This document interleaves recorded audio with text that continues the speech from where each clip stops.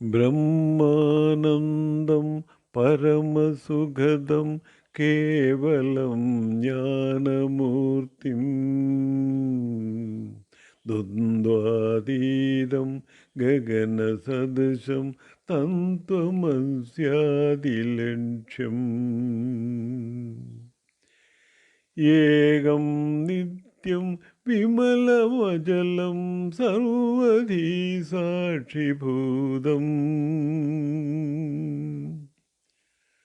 ഭാവാതീതം ത്രിഗുണരഹിതം സദ്ഗുരും തം നമാമി.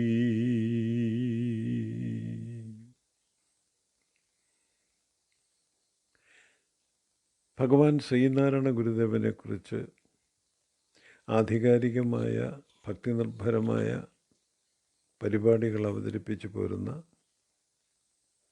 നമദേവ വൃന്ദം ഓൺലൈൻ ഗ്രൂപ്പിൽ ഇന്ദ്രിയവൈരാഗ്യം എന്ന കൃതിയെക്കുറിച്ചുള്ള ചർച്ച നടന്നു വരികയാണ്. അതിൻ്റെ 3-ാം ഭാഗത്തിലേക്ക് നാം ഇന്ന് പ്രവേശിക്കുകയാണ്. ഇത് ശ്രവിക്കുന്നതിന് ഇതിൽ കയറിയിട്ടുള്ള എല്ലാ ആത്മമിത്രങ്ങൾക്കും എൻ്റെ വിനീതമായ കൂപ്പുകൈ. നമുക്ക് വിഷയത്തിലേക്ക് കടക്കാം. ശ്രീനാരായണ ഗുരുദേവ വിരചിതമായ ഇന്ദ്രിയ വൈരാഗ്യം എന്ന കൃതിയെക്കുറിച്ചാണ് നാം ചർച്ച ചെയ്തു വരുന്നത്. കഴിഞ്ഞ ആദ്യത്തെ ക്ലാസ്സിൽ ആമുഖമായി അതേക്കുറിച്ച് കുറച്ച് വിവരങ്ങൾ നമ്മളിവിടെ പങ്കുവച്ചു. ഇന്ദ്രിയങ്ങളെ, ജ്ഞാനേന്ദ്രിയങ്ങളും കർമ്മേന്ദ്രിയങ്ങളെയും കുറിച്ച് പറഞ്ഞു. ഈ ഇന്ദ്രിയ വൈരാഗ്യം എന്നുള്ള ഈ തലക്കെട്ടിനത് കൊടുത്തിരിക്കുന്ന അർത്ഥതലങ്ങളെക്കുറിച്ച് നമ്മൾ ചർച്ച ചെയ്തു. ഇന്ദ്രിയങ്ങളുടെ വിഷയോന്മുഖതയെക്കുറിച്ച് സൂചിപ്പിച്ചു. ഇന്ദ്രിയ വൈരാഗ്യം എത്ര പ്രധാനമാണെന്നുള്ളതിനെക്കുറിച്ച് ചില കാര്യങ്ങളെല്ലാം പറഞ്ഞു വെച്ചു.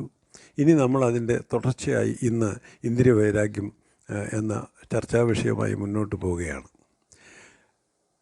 ഇന്ദ്രിയ വൈരാഗ്യത്തിന്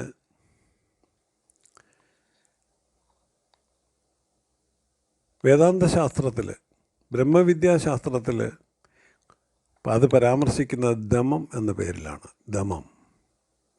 ഗുരുദേവ വിരചിതമായ ബ്രഹ്മവിദ്യാ പഞ്ചകം എന്ന അതിസുന്ദരമായ ഒരു, വളരെ കൺസൈസായിട്ടുള്ള സുന്ദരമായ ഒരു സംസ്കൃത കൃതിയുണ്ട്. 5 പദ്യങ്ങൾ മാത്രം. ആ 5 പദ്യങ്ങളിൽ ഈ ദമത്തെക്കുറിച്ച് സൂചനയുണ്ട്. അത് നമ്മൾ അറിഞ്ഞിരിക്കണം. അതിനുവേണ്ടി ഇവിടെ പറയുകയാണ്. അതായത് ബ്രഹ്മവിദ്യാ പഞ്ചകത്തിലെ നമ്മൾ വേദാന്ത സംബന്ധിയായ വിഷയങ്ങളെക്കുറിച്ചൊക്കെ സംസാരിക്കുമ്പോൾ പഠിതാക്കളായിട്ടുള്ളവർ ചില കാര്യങ്ങൾ അവശ്യം അറിഞ്ഞിരിക്കേണ്ടതുണ്ട്. നിങ്ങൾ അറിയുന്നതാണ്, അത് ഞാനൊന്ന് ആവർത്തിക്കുന്നു എന്നേ ഉള്ളൂ. വേദോപനിഷത്തുക്കളെ ക്രോഡീകരിച്ച് വ്യസിച്ച് അപഗ്രഥിച്ച് വേദാന്ത സൂത്രം എന്നുള്ളൊരു മഹത് ഗ്രന്ഥം വേദവ്യാസ മഹർഷി നമുക്ക് രചിച്ചു തന്നു. ഇത് നമുക്കറിയാം. ഇത് വേദാന്ത വിദ്യാർത്ഥികളെ സംബന്ധിച്ചിടത്തോളം ഏറ്റവും അടിസ്ഥാന പ്രാധാന്യമുള്ള ഒരു ഗ്രന്ഥമാണ്. പ്രസ്ഥാനത്രയം എന്ന 3 ഗ്രന്ഥങ്ങൾ വേദാന്ത ശാസ്ത്ര വിദ്യാർത്ഥികൾക്ക് വളരെ പ്രിയപ്പെട്ടതും പ്രധാനപ്പെട്ടതുമാണ്. അത് ഒന്ന് ബ്രഹ്മസൂത്രം, ഉപനിഷത്ത്, ബ്രഹ്മസൂത്രം, ഭഗവത്ഗീത. ഇത് ഈ 3 ഇതിനും പ്രത്യേകിച്ചും വ്യാഖ്യാനം എഴുതിക്കൊണ്ടാണ് ആചാര്യന്മാരായിട്ടുള്ളവരെല്ലാവരും ഈ രംഗത്തേക്ക് കടന്നു വന്നത്. അതൊരു അലിഖിത നിയമം പോലെ എല്ലാവരും, അതായത് ശങ്കരാചാര്യസ്വാമികളും മധ്വാചാര്യരും രാമാനുജരും എല്ലാവരും ഈ പ്രസ്ഥാനത്രയത്തിലെ 3 കൃതികൾക്കും വ്യാഖ്യാനം എഴുതിക്കൊണ്ടാണ് രംഗപ്രവേശം ചെയ്യുന്നത്. പക്ഷേ ശ്രീനാരായണ ഗുരുദേവൻ വ്യാഖ്യാനമൊന്നും എഴുതിയില്ല. പകരം ബ്രഹ്മസൂത്രം എന്ന വേദാന്ത സൂത്രം എന്ന ഒരു കൺസൈസായിട്ടുള്ള, ഈ ബ്രഹ്മവിദ്യാ പഞ്ചകം പോലെ തന്നെ കൺസൈസായിട്ടുള്ള വെറും 22 സൂത്രങ്ങളുള്ള, അതായത് വ്യാസമഹർഷി എഴുതിയ അടിസ്ഥാന ഗ്രന്ഥമായ ബ്രഹ്മസൂത്രത്തിൽ 555ഓളം സൂത്രങ്ങളുണ്ടെന്ന് അറിയുന്നു. ഈ 555 സ്ഥാനത്ത് വെറും 22 സൂത്രങ്ങളിൽ അതിൻ്റെ ഒരു ജിസ്റ്റ് നമുക്ക് പ്രദാനം ചെയ്യുന്നുണ്ട്. അതുപോലെ തന്നെ വേദാന്ത ഗുരുദേവൻ രചിച്ച ബ്രഹ്മവിദ്യാ പഞ്ചകത്തിൽ അതിൻ്റെ ആദ്യത്തെ പദ്യത്തിൽ തന്നെ ഇന്ദ്രിയവൈരാഗ്യത്തെക്കുറിച്ച് പരാമർശമുണ്ട്. അതുകൊണ്ടാണ് അതിവിടെ സൂചിപ്പിക്കുന്നത്.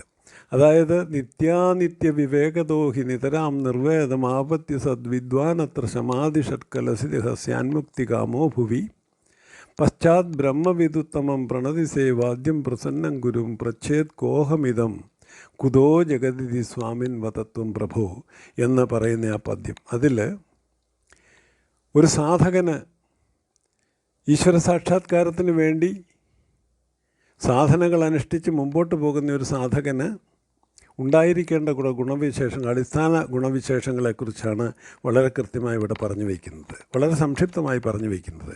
അതിൽ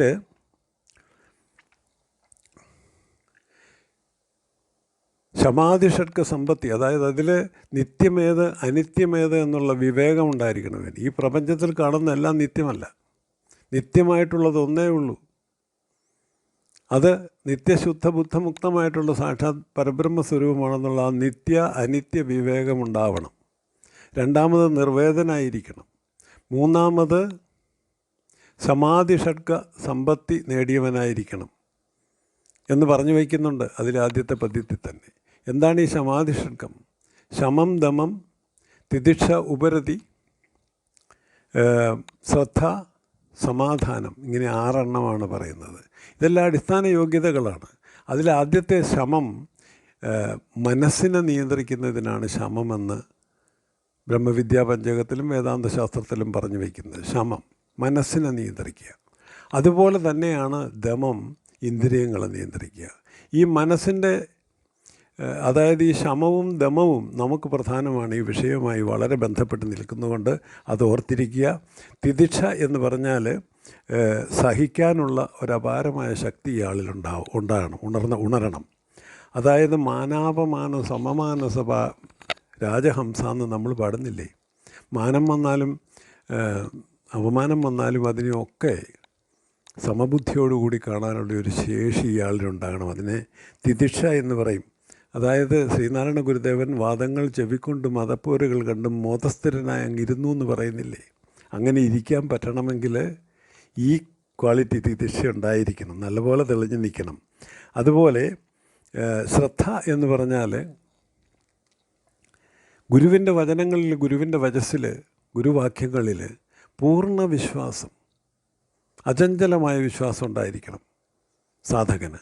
അതിനും പുറത്ത് സമാധാനമെന്ന് പറഞ്ഞാൽ ശ്രദ്ധ, സമാധാനമെന്ന് 6ാമത്തേത്, അത് വരുമ്പോൾ ബ്രഹ്മസത്യത്തിൽ ബുദ്ധിയെ ഉറപ്പിക്കുവാനുള്ള ഒരു ശേഷി, ഇതൊക്കെ ഒരാളിൽ തെളിഞ്ഞു വരണം ഒരു സാധകനിൽ. ഇത്രയും ആയിക്കഴിയുമ്പോൾ അങ്ങനെയുള്ള സാധകർ, ഈ യോഗ്യതകളൊക്കെയുള്ള ആളുകൾ തക്കതായ ഒരു ഗുരുവിനെ കണ്ടുപിടിക്കണം. എങ്ങനെ? ബ്രഹ്മവിദുത്തമനായിരിക്കണം. ബ്രഹ്മവിദ്യയിൽ പാരംഗതനായിട്ടുള്ള ഒരാളെ തന്നെ കണ്ടെത്താൻ ശ്രമിക്കണം. അങ്ങനെയുള്ള ഒരു ഗുരുവിനെ കണ്ടെത്തിയിട്ട് ആ ഗുരുവിനെ പ്രസാദിപ്പിച്ചിട്ട് ഗുരുവിനോട് 2 പ്രധാനപ്പെട്ട ചോദ്യങ്ങൾ ഉന്നയിക്കണം. പ്രച്ഛേത് കോഹമിതം കുതോ ജഗതിഥി സ്വാമിൻ വതത്വം പ്രഭോ. ഈ ലോകം എവിടെ നിന്നുണ്ട്, ഈ ഞാനാര്, ഈ ലോകം, ഈ പ്രപഞ്ചം എവിടെ നിന്നുണ്ടായി എന്ന 2 ചോദ്യങ്ങൾ ഉന്നയിക്കണമെന്നാണ് ആദ്യത്തെ പദ്യത്തിൽ പറയുന്നത്. ഈ പ്രാധാന്യം മനസ്സിലാക്കിക്കൊണ്ട് ശങ്കരാചാര്യസ്വാമികൾ വിവേക ചൂടാമണി എന്ന കൃതിയിൽ പറയുന്നത് നോക്കുക. ഈ ഇന്ദ്രിയ വൈരാഗ്യത്തിൻ്റെ പ്രാധാന്യത്തിലേക്ക് വിരൽ ചൂണ്ടുന്നതാണ് ഈ പദ്യം. അതുകൊണ്ട് അതും കൂടി ഒന്ന് അറിഞ്ഞിരിക്കുക അങ്ങനെ ഒരെണ്ണം ഉണ്ടെന്ന്. ശബ്ദാദിഭി പഞ്ചഭിരേവ പഞ്ചത്വമാവു സ്വഗുണേന ബദ്ധ കുരംഗമാതംഗ പതംഗമീന ഭൃംഗ നരഹ പഞ്ചഭിരഞ്ജിതക്കിം എന്നുള്ള 78ാമത്തെ വിവേക ചൂടാമണിയിലെ പദ്യത്തിൽ പറയുന്നത്, മാൻ, ആന, ഈയൽ, മീൻ, വണ്ട് എന്നിവ 5ഉം ശബ്ദാദി വിഷയങ്ങളിൽ താന്താങ്ങളുടെ ഗുണങ്ങളാൽ ബദ്ധരായിട്ട് മരണമടയുന്നു. ഈ 5 ഗുണത്തിലും ആസക്തനായ മനുഷ്യൻ്റെ കഥ എന്തു പറയാനാണെന്നാണ് അർത്ഥം. ഇതിൻ്റെ അർത്ഥം എന്താണ്? മാനിനെക്കുറിച്ച് നമ്മൾ അറിയണം. വളരെ ചുരുക്കി പറയാം. മാനിന് ചില ട്യൂണുകളോട്, ചില ശബ്ദങ്ങളോട് മാനിന് ഭയങ്കര പ്രിയമാണ്, ശബ്ദപ്രിയനാണ്. അതായത് ഈ മുളന്തണ്ടിൽ നിന്ന് കേൾക്കുന്ന ഒരു പ്രത്യേക ട്യൂൺ കേട്ട് കഴിഞ്ഞാൽ അത് വനാന്തരങ്ങളിൽ കാറ്റ് വരുമ്പം മുളങ്കൂട്ടങ്ങളിൽ നിന്ന് അത്തരം ശബ്ദങ്ങൾ തന്നെത്താൻ പുറപ്പെടുമെന്നാണ് പറയുക. അങ്ങനെയുള്ള ശബ്ദം കേൾക്കുമ്പോൾ 100 മൈൽ സ്പീഡിൽ ഓടിപ്പോകുന്ന മാൻ ഓട്ടത്തിന് പ്രസിദ്ധനാണല്ലോ. അങ്ങനെ ഓടിപ്പോകുന്ന മാൻ പോലും സഡൻ ബ്രേക്ക് ഇട്ട് അവിടെ നിൽക്കും ഈ ട്യൂൺ കേട്ടാൽ. അങ്ങനെ നിൽക്കുമ്പോൾ വേടൻ ഒരമ്പ ചെയ്ത് അതിനെ അപ്പോൾ വീഴ്ത്തും. അങ്ങനെ ശബ്ദത്തിൽ ആകൃഷ്ടനായി സ്വന്തം ജീവിതത്തെ ആഹൂതി ചെയ്യാൻ വിധിക്കപ്പെട്ട ഒരു മൃഗമാണ് മാൻ എന്ന് ശങ്കരാചാര്യസ്വാമികൾ അവിടെ സൂചിപ്പിക്കുന്നു. ഈയൽ പിന്നെ അത് നമുക്കെല്ലാം പലതവണ അനുഭവപ്പെട്ടിട്ടുള്ള ഒരു കാര്യമാണ്. ചില പ്രത്യേക സീസണുകളിൽ ലൈറ്റ് ഇടുമ്പോൾ അങ്ങോട്ട് ഇവരിങ്ങനെ ഓടിക്കൂടുകയാണ്. അതൊരു ഭ്രാന്തമായ ഒരു അഭിനിവേശമാണ് ലൈറ്റിനോട്. ലൈറ്റ് കാണുന്നിടത്തേക്ക് ഓടിക്കൂടുക. എന്തിനു വേണ്ടിയാണെന്ന് ചോദിച്ചാൽ ഒരു പിടിയില്ല. അവിടെ കിടന്ന് തകൃതിയായിട്ട് പാടിപ്പറന്ന് ഈ ചിറകുകളെല്ലാം അറ്റ് താഴെ വീഴുന്ന നില വരെ അവർ പറക്കും. അത് കഴിയുമ്പം ഈ ശരീരം നിലം പതിക്കും, പിന്നെ പറക്കാൻ പറ്റത്തില്ലല്ലോ. അപ്പോൾ പല്ലി പോലെയുള്ള ജീവികളൊക്കെ ലൈനടിച്ച് വന്ന് ഇവരെ എടുത്ത് വിഴുങ്ങുകയും ചെയ്യും. അങ്ങനെ പ്രകാശത്തിൽ വെളിച്ചത്തിൽ ആകൃഷ്ടരായി ഈയൽ ജീവൻ പൊലിക്കുന്നു. ആനയോ? ആനയ്ക്ക് സ്പർശന സുഖത്തിന് പ്രസിദ്ധനാണ്. പെണ്ണാനയുടെ സ്പർശനം കാക്ഷിക്കുന്ന കൊമ്പൻ വനാന്തരങ്ങളിൽ ഇങ്ങനെ ചുറ്റി നടക്കും.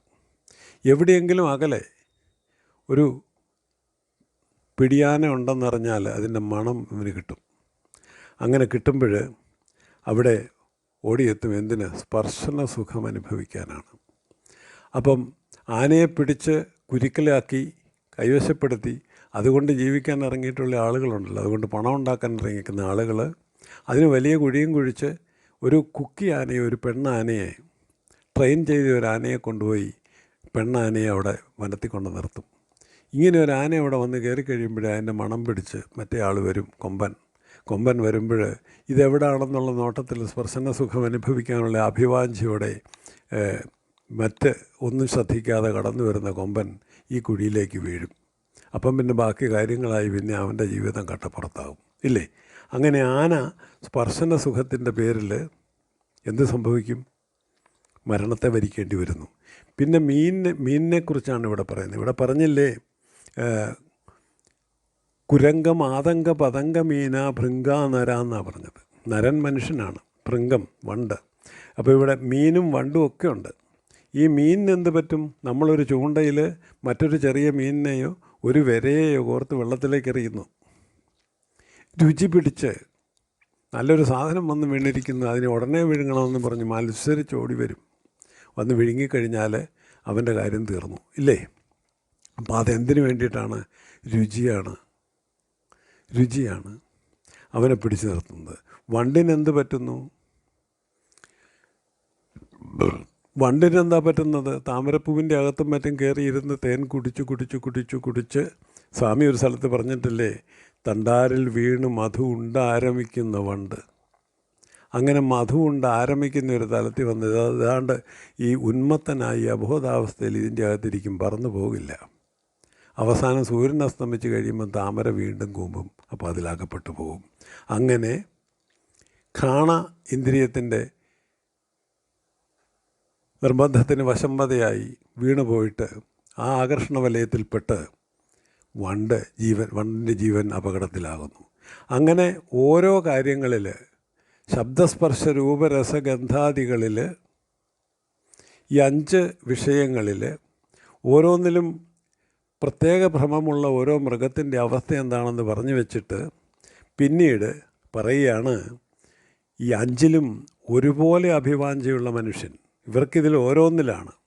മനുഷ്യനിതിൽ 5ലും ഒരുപോലെ ശബ്ദസ്പർശ രൂപരസഗന്ധാദികളിലെല്ലാം എല്ലാ വിഷയങ്ങളിലും ഒരുപോലെ തൽപരനായ മനുഷ്യൻ്റെ കാര്യം പറയാനുണ്ടോ എന്ന് ചോദിക്കുകയാണ്. മനുഷ്യൻ്റെ കാര്യം പിന്നെ പറയേണ്ടതുണ്ടോ എന്നാണ് ചോദിക്കുന്നത്. ഈ പ്രാധാന്യം മനസ്സിലാക്കിയിട്ടാണ് ശ്രീനാരായണ ഗുരുദേവൻ ശ്രീനാരായണ ധർമ്മം, അതായത് ദമം എന്ന് പറയുന്ന ഇന്ദ്രിയ വൈരാഗ്യത്തിൻ്റെ പ്രാധാന്യം പൂർണ്ണമായി ഗ്രഹിച്ചിട്ടാണ് ശ്രീനാരായണ ഗുരുദേവൻ ശ്രീനാരായണ ധർമ്മം എന്നുള്ള കൃതിയിൽ പറഞ്ഞു വയ്ക്കുന്ന ഇന്ദ്രിയാണാം ഏകതമം, അതായത് 155, 156 പദ്യമാണ് ഞാൻ പറയുന്നത്, വേണമെങ്കിൽ നോട്ട് ചെയ്ത് കൊള്ളണം. ഇന്ദ്രിയാണാം ഏകതമം അന്യത്ര പ്രവർത്തതേ പ്രജ്ഞാപിതേന നിർഗസ്യ വൃതഭംഗായ കൽപ്പതേ എന്ന് പറയുകയാണ്. ഇന്ദ്രിയാണാം ഏകതമം, ഇന്ദ്രിയങ്ങളിൽ ഏതെങ്കിലും ഒരെണ്ണം വഴിതെറ്റിപ്പോയാൽ പ്രജ്ഞാപിതേന നിർഗത്യ വൃതഭംഗായ കൽപ്പത, നമ്മുടെ ജീവിതത്തെ അത് വല്ലാതെ ബാധിക്കും. അതുകൊണ്ട് എന്ത് വേണമെന്നാണ് ഗുരു പറയുന്നത്? തദിന്ദ്രിയാണി സമയേ ബുദ്ധിമാൻ ഉപരോധയേത്. തദിന്ദ്രിയാണി സമയേ ബുദ്ധിമാൻ ഉപരോധയേത് ഇന്ദ്രിയോ പരമസത്യം തപോവർമ്മനി സംശയ. ഒരു സംശയമില്ലാത്ത ഒരു കാര്യമാണ്, ഒരു തപോധനെ സംബന്ധിച്ച് ഇന്ദ്രിയ നിഗ്രഹം വളരെ പ്രധാനമാണ്. അതുകൊണ്ട് ബുദ്ധിയുള്ളവരെല്ലാവരും തക്കതായ സമയത്ത് ഇന്ദ്രിയ നിഗ്രഹത്തിൽ ഏർപ്പെടുമെന്ന് ഗുരു പറയുകയാണ്. ഇതാണ് സത്യം.